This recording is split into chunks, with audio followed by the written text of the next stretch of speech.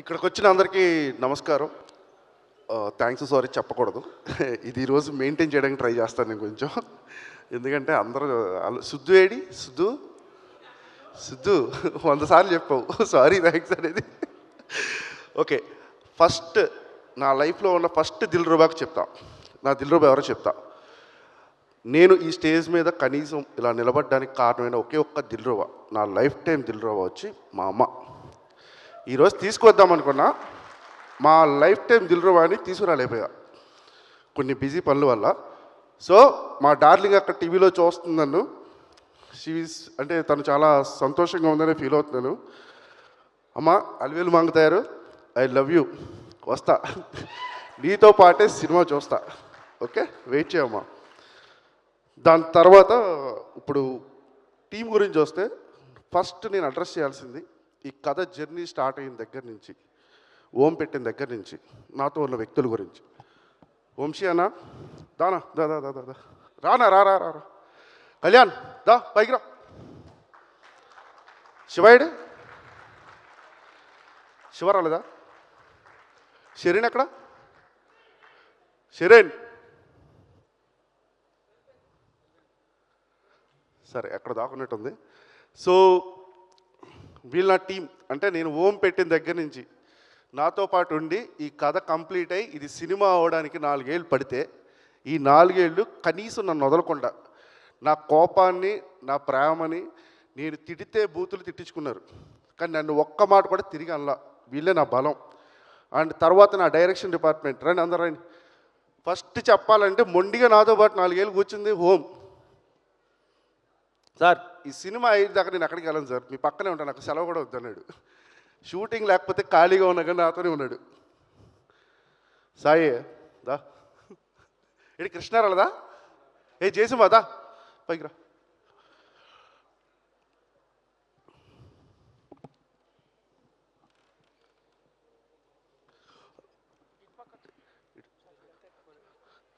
వంశీ అన్న నిజంగా చెప్తున్నా, నాకు కథలో ఏం కావాల్సి వచ్చినా కానీ one of the back bone అనమాట.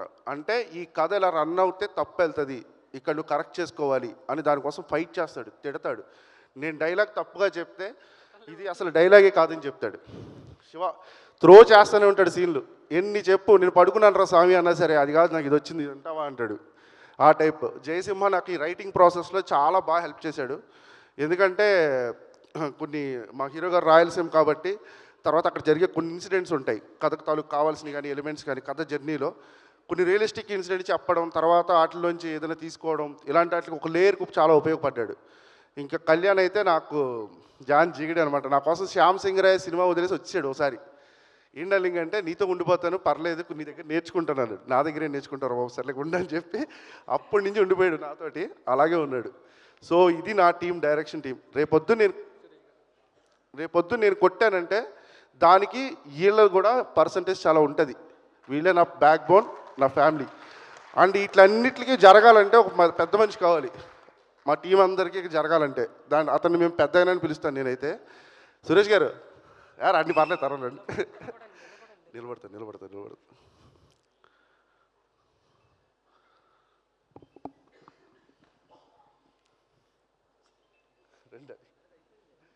సో ఈయన మా పెద్దయిన, నేను ఎప్పుడు పెద్దయిన అని పిలుస్తూ ఉంటాను.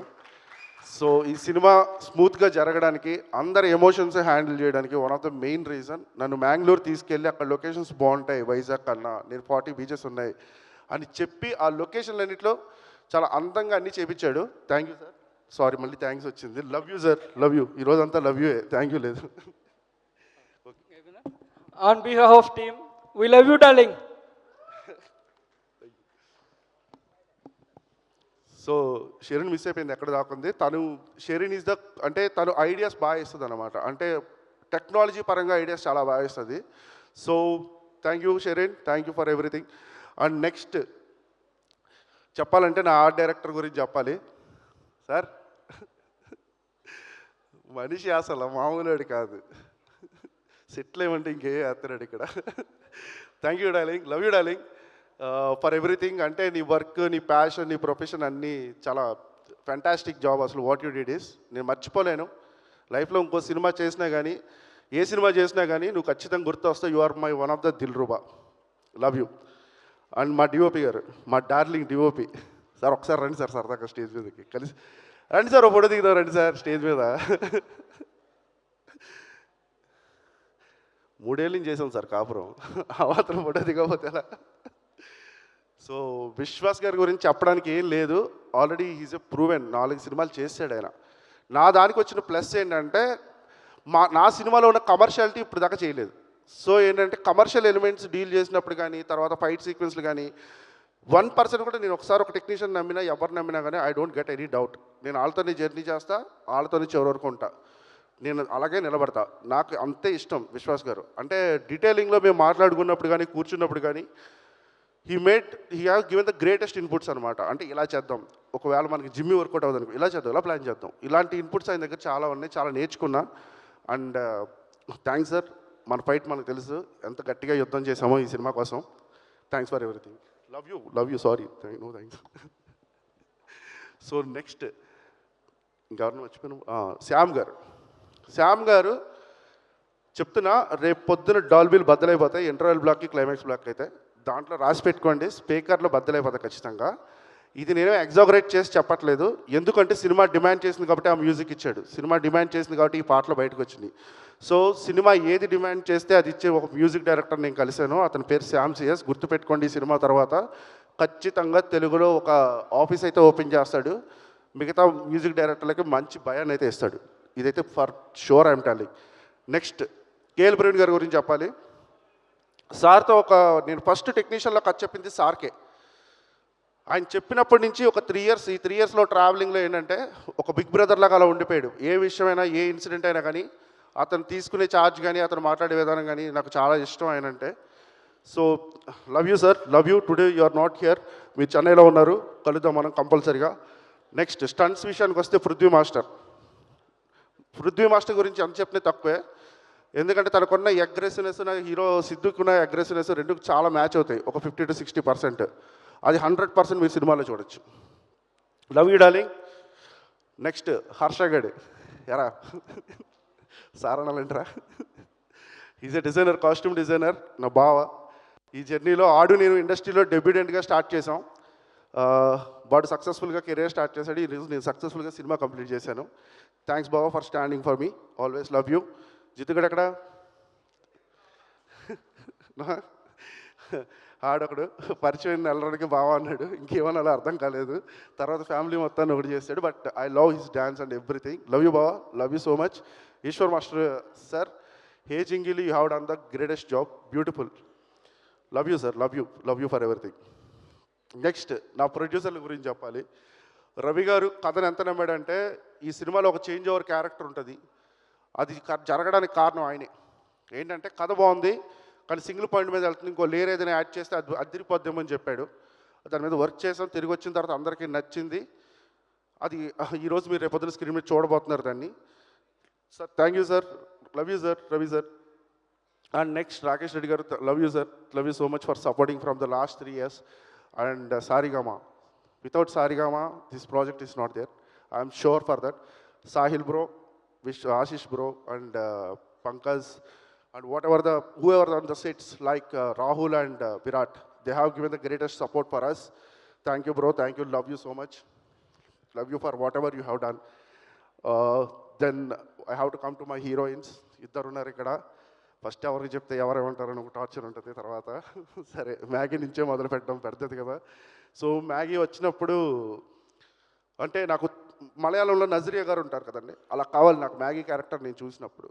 సో నజరియా గారు దొరుకుతారో లేదో నాకు తెలియదు కానీ మేము ట్రై చేయలేదు. బట్ నేను ఎక్కడో చూసినప్పుడు కొంచెం నజరియా గారికి దగ్గరగా అనిపించింది, మలయాళం నజరియా గారికి. So we did the audition, కానీ దానికి తెలుగు టఫ్, కానీ తను నేర్చుకుంది, ప్రాక్టీస్ చేసింది. తను చెప్పినట్టు తనకి కళ్యాణ్ బాగా డైలాగ్లు అయ్యి నేర్పించి అన్నీ చేయించాడు. అండ్ ఈరోజు మీరు సెకండ్ హాఫ్ చూస్తే మ్యాగీ చాలా బాగా క్యారీ చేసిన సినిమాని. You will whatever the dialogue she tell and whatever the things you will appreciate her for her performance and everything. Then come to my Anjali. ఎక్కడో మన girl friends దగ్గర ఉన్న మూర్ఖత్వాలు ఇవన్నీ తీసుకుని వచ్చి ఒక క్యారెక్టర్లో పెట్టి ఆ క్యారెక్టర్ని అంజలిలా చూసుకోవాలనిపించినప్పుడు తయారు చేసిన క్యారెక్టర్ అది. సో తను పెర్ఫార్మెన్స్ చేయడం అనేది చాలా అందంగా చేసింది, చాలా అద్భుతంగా చేసింది. Love you darling for what ever you have done the Anjali character. Screen మీద నేను చూస్తున్నప్పుడు చాలామంది ఫిదా అయిపోయారు, వాట్ ఏ పెర్ఫార్మెన్స్ అని చెప్పి. Thanks for love you for that. And ఇంకా ఆర్టిస్టులు ఉన్నారు నా సినిమాలో, లైక్ జాన్ విజయ్ గారు, మై డార్లింగ్. ఎప్పుడు ఫోన్ చేసినా సార్ నాకు డేట్ కావాలంటే టార్చర్ డానికి ఎప్పుడు వేణం సార్ ఒక్కరోజు చాలు సార్ అయినా సరే సరే సార్ ఎప్పుడు చెప్పు వేరే డేట్లో అడ్జస్ట్ చేసి నీకు ఇచ్చేస్తా అంటాడు ఆయన. అంతే తప్పించి నన్ను ఏ రోజు రెస్ట్రిక్ట్ చేయలేదు. నా కోసం హెయిర్ కట్ చేయకుండా సంవత్సరం ఆగిపోయాడు ఆయన. మణిరత్నం గారు సినిమా వదిలేసుకున్నాడు. ఎందుకు డార్లింగ్ అంటే ఐ లవ్ యూ డా, నీకోసం చేస్తానని చెప్పాడు అంతే. Love you sir, love you for that. Next cinema ఖచ్చితంగా చేద్దాం సార్, ఈసారి డైలాగులు ఉండవు మీకు అంతే. నెక్స్ట్ క్రాంతి గురించి చెప్పాలి. Kranti is also one of the best co star. ఈ సినిమా స్టార్టింగ్ తీసుకున్నప్పుడు తను ఎలా పెర్ఫామ్ చేస్తాడు ఏంటి ఇలా చాలా డౌట్స్ ఉండేవి. ఎందుకంటే ఒక విక్కీ అనే క్యారెక్టరైజేషన్ ప్రజెంటేషన్ చేయడానికి చాలా అగ్రెషన్ కావాలి, అంటే కోపం కావాలి అతనిలో, అంటే హీరో మీద ఒక ఎవర్షన్ కావాలి. ఇదంతా తను చేయగలడా, తను చూపించగలడా అని చాలా ఆలోచించాను. బట్ డేస్ గడుస్తున్నాయి. ఫస్ట్ షెడ్యూల్ అయిపోయింది, తెలియలా. సెకండ్ షెడ్యూల్ అయిపోయింది. అసలు ఎక్కడ చిన్న చిన్న 0.01% కూడా మాకు అనిపించలేదు తను విక్కీ క్యారెక్టర్కి సూట్ అవడమని. ఎందుకంటే he done the 100% effort and he given the 100% effort. Thank you, love you Kranti, love you sir. ఇంకా ఫైనల్గా చెప్పాలంటే ఒకటే మాట చెప్తా, లైఫ్లో మ్యాజిక్ ఒక్కసారి జరుగుద్ది. నా లైఫ్లో జరిగిన మ్యాజిక్ కిరణ్ అబ్బవరం. ఎందుకు చెప్తున్నానంటే కృష్ణానగర్లో కథలు రాసుకుని సినిమాల కోసం పోరాడే వ్యక్తులు 100 మంది ఉంటారు. వాళ్ళందరూ రోజు ఆలోచన ఏంటి తెలుసా, మాకు ఎవడైనా ఒక హీరో దొరుకుతాడా, ఆడితో కథ చెప్పించుకుందామా, ఓకే చేయించుకుందామా, లేకపోతే నాకు ఎవడైనా ప్రొడ్యూసర్ దొరుకుతాడా కథ చెప్పించుకుందామా అని. నా లైఫ్లో ఆ మ్యాజికల్ మూమెంట్ చాలా అందంగా జరిగింది. ఒకటే ఒక ఇన్సిడెంట్ చెప్తా. నాకు కిరణ్ గారు దానికి ముందు 1 సంవత్సరం ముందు పరిచయం. నాకు కిరణ్ గారి కథ వేరే కథ చెప్పడానికి వెళ్తే ఆ కథ నచ్చలేదు, కానీ నువ్వు నరేషన్ నచ్చింది కరుణ్, నువ్వు సినిమా చెప్తే నేను వింటా, ఎందుకంటే ఆయన లైనప్లో అప్పటికి 6 సినిమాలు ఉన్నాయి. సరే సార్ నేను ఒక మంచి కథతో వస్తాను సార్ అని చెప్పి వెళ్ళిపోయాను. నాకు ఆకలి, స్ట్రగ్లింగ్, అంటే ఎవరిని డబ్బులు అడగలేము. అప్పటికే వచ్చి 8 ఏళ్ళు అయిపోతుంది. మధ్యలో డైరెక్షన్ ట్రయల్స్ అని చెప్పి రైటింగ్ ఆపేసాం. అడిగితే మొహమాటం, దిగిపోతామేమో అని, ఎవడో మనల్ని పిలవాడు ఎందుకంటే డైరెక్షన్ ట్రయల్స్లో ఉన్నాడని. అలాంటి ఒక స్ట్రగుల్ ఉన్న ప్లేస్లో చేద్దామా వద్దా అని ఒక అరగంట గంట ఆలోచించి ఒక చిన్న ఫోన్ కాల్ కొడితే, నేను 1 గంటలో రాయచోటు వెళ్ళిపోతున్నాను బ్రో, నువ్వేమన్నా రాగలవా అన్నాడు. కోవిడ్ దాటుతున్న టైం అది. కిందకు వస్తే బండిలో పెట్రోల్ లేదు, జేబులో రూపాయి లేదు, ఉన్నాయి జాగింగ్ షూ ఉన్నాయి, అవి వేసుకుని ఆ 7 కిలోమీటర్లు నడుచుకుంటూ వెళ్ళిపోతున్నాను. ఆయన ఫోన్ చేస్తున్నాడు, బ్రో ఎంతసేపు పడుతుంది ఇంకా అంటే వచ్చేస్తున్నాను బ్రో అని. అక్కడ దాకా వెళ్ళిన తర్వాత ఆయన చూశాడు, ఏంటి చెమటలు ఏంటి ఎలా వచ్చారంటే, లేదు సార్ 7 కిలోమీటర్లు నడుచుకుంటూ వచ్చి. పిచ్చా నీకు అవునా 7 కిలోమీటర్లు కచ్చప్తంగా నడుచుకుంటా వస్తావా, సరే వింటాను ఎంతసేపు చెప్తాను, నేను ఆయాసపడతాను అంటే చెప్పేస్తాను సార్ ఫుల్ ఎంత అంటే, బ్రో నువ్వు ప్రెజర్లో ఉన్నావు, ఫస్ట్ 10 నిమిషాలు చెప్పు, 20 నిమిషాలు చెప్పు, నచ్చిందంటే ఫుల్గా అయిందాం అన్నాడు. అంతే, అక్కడి నుంచి స్టార్ట్ అయిన జర్నీ. నాకు ఆ రోజు నుంచి డౌట్ ఏంటంటే ఈయన సినిమా హిట్ అవుతుందో లేకపోతే ఫ్లాప్ అవుతుందో, కానీ నెక్స్ట్ ఇంకో సినిమా స్టార్ట్ చేస్తున్నాడు. నాకు భయం ఏంటంటే వెనరో భాగ్యం విష్ణు కదా, నందు అన్న నేను మాట్లాడుకునే వాళ్ళు, అప్పుడు ఇంకా మా ఇద్దరు సినిమాలు స్టార్ట్ అవ్వలేదు. అలా ఎస్ సార్ కొట్టేశాడు అన్న ఈయన, సమ్మతి కూడా కొట్టేస్తున్నాడు ఈయన, మరి నెక్స్ట్ ఏంటన్న పరిస్థితి, పెద్ద ప్రొడక్షన్ హౌస్లోకి వెళ్ళిపోతాడేమో, మనకు దొరకడేమో, అసలు భయం వేసేస్తుందన్న అని చెప్పి నాకు ప్రతిరోజు టెన్షన్. నందన్ అడిగితే నందన్ అంటాడు, తరుణ్ నువ్వు టెన్షన్ పడకు, ఇంకేమన్నా దాన్ని ఏం చేయలేము అంటాడు. ఊరి నీ అమ్మ ఇంత కూల్గా చెప్తున్నాడు ఏంట్రా బాబు, నాకు టెన్షన్. నేను వారానికి 3 సార్లు ఫోన్ చేసేవాడు ఆయన షూటింగ్లో ఉండేవాడు, 3 షెడ్యూల్ చేసేవాడు, 3 షిఫ్ట్లు. ఫోన్ చేస్తే కరు నువ్వు టెన్షన్ పడకు, కరు నేను ఉన్నాను కదా, నేను చెప్పాను కదా, నీ మాట ఇచ్చి నాకు నమ్మకం లేదు నిజంగా. ఎందుకంటే ఆయనతో అసోసియేటెడ్ ట్రావెల్ అయిన విశ్వాస్ గారు కానీ వీళ్ళందరికీ ఆ జర్నీ తెలుసు, నాకు తెలియదు. నేను అప్పుడే కథ చెప్పాను ఆయనకి అంతే. ఇప్పుడు ఆయనకు ఎస్ఆర్ కొట్టేశాడు, వస్తున్నారు ప్రొడక్షన్ హౌస్లో అందరూ వస్తున్నారు, ఒకవేళ నన్ను పక్కన పెట్టేసి నా పరిస్థితి ఏంటి. ఆయన ఓ రోజు పిలిచాను, నా భయాన్ని అర్థం చేసుకుని కూర్చోబెట్టి చెప్పాడు, నేను ఒకసారి మాట ఇచ్చానంటే మాట ఇచ్చినట్టే, ఆ మాట అయితే దాటను, నీతో నేను సినిమా చేస్తున్నాను, ఎవడు అడ్డొచ్చినా, ఎన్ని ప్రొడక్షన్ హౌస్లు వచ్చినా, ఎంతమంది పెద్ద డైరెక్టర్లు వచ్చినా నీ సినిమా చేసిన తర్వాతే వెళ్తానన్నాడు. నా సినిమా కోసం ఆయన అలాగే స్టాండ్ బై ఇచ్చాడు. Sir thanks for your gut sir. ఎందుకంటే ఒక చిన్న హోప్, నాకు మెసేజ్ వచ్చింది సార్, ఒక సీనియర్ మోస్ట్ కో డైరెక్టర్ చేశాడు, మా అందరికీ ఒక హోప్ ఇచ్చావు కిరణ్ దగ్గరికి వెళ్తే సినిమా జరుగుద్ది అని. Thank you sir, thank you. ఈ ప్రాసెస్లో ఈ దిల్రూబాని నేను ఒక్కటే కసి పెట్టుకున్నాను, నా హీరో 9 సినిమాల కన్నా నా 10వ సినిమా హీరో, నా 10వ సినిమా చేస్తున్నప్పుడు కత్తిలా ఉండాలి, ఖైదీలో చిరంజీవి గారిలో ఉండాలి, శివ సినిమాలో నాగార్జునలా ఉండాలి, కోపం చూపిస్తే. ఇదే నా టార్గెట్. నేను చెప్తున్నా కేసీపీడి సాంగ్కి కాలేజీ అయిపోయిన వాళ్ళు మళ్ళీ కాలేజీకి వెళ్ళి గొడవలు పెట్టుకుంటారు, కాలేజీలో చదువుతున్న వాళ్ళు ఖచ్చితంగా గొడవ పెట్టుకుంటారు ఆయన చేసే పెర్ఫార్మెన్స్కి. చెప్తున్నా కదా, రాసి పెట్టుకోండి ఇది. అండ్ నేను ఇంకొక విషయం చెప్పాలి, మర్చిపోయాను ఈ కంగారులో.